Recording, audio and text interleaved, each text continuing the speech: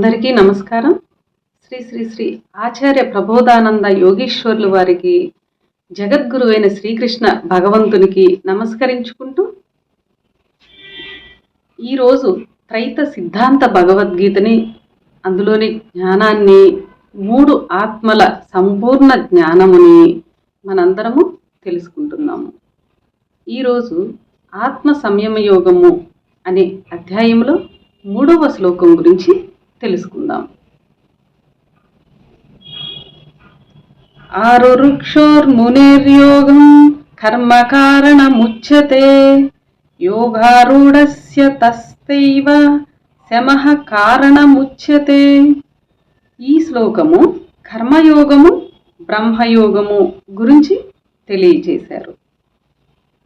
భావము: యోగ సాధనకు కారణము కర్మ అని చెప్పబడుచున్నది.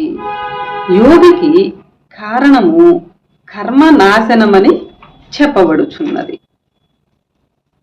వివరము: ఒక మనిషి యోగ సాధన చేయుటకు కారణమైనది ఏది? ఒక మనిషి యోగ సాధన చేయుటకు కారణము ఏమి? అట్లే ఒక మనిషి యోగము చేయుటకు కారణమైనది ఏది? యోగ సాధన చేయుటకు కారణమైనది ఏది?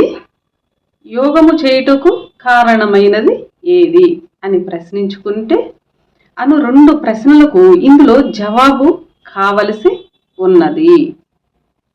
ప్రతిదానికి ఒక కారణం ఉండియే తీరును.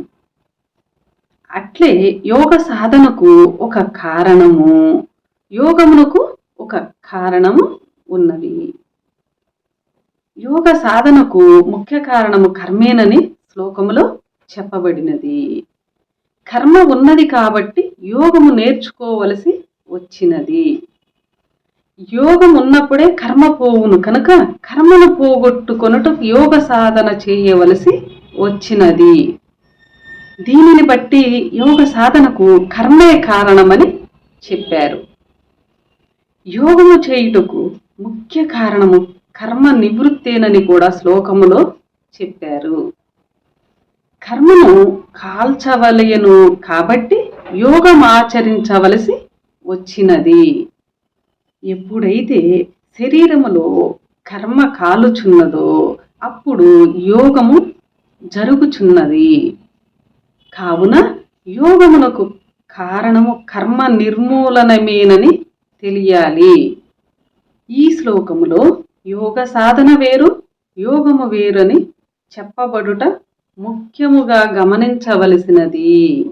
యోగము వేరు, యోగ సాధన వేరు అని ఈ శ్లోకంలో ముఖ్యముగా గమనించవలసి ఉన్నదని స్వామివారు తెలియజేస్తున్నారు. ఇక్కడ యోగ సాధన చేయువారందరూ యోగులు కాదు.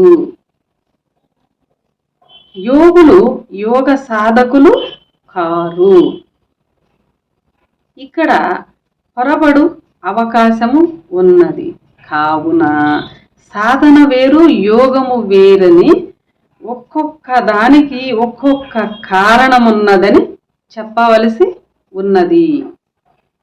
ఇది 2 యోగములకు సంబంధించిన విషయము. మనం ఎంతో గమనించవలసింది ఏంటంటే యోగము వేరు, యోగ సాధన వేరు అని ఈ శ్లోకములో భగవంతుడు మనకి తెలియచేశారు. ఈ శ్లోకం ఇంతటితో సమాప్తము. అందరికీ నమస్కారం.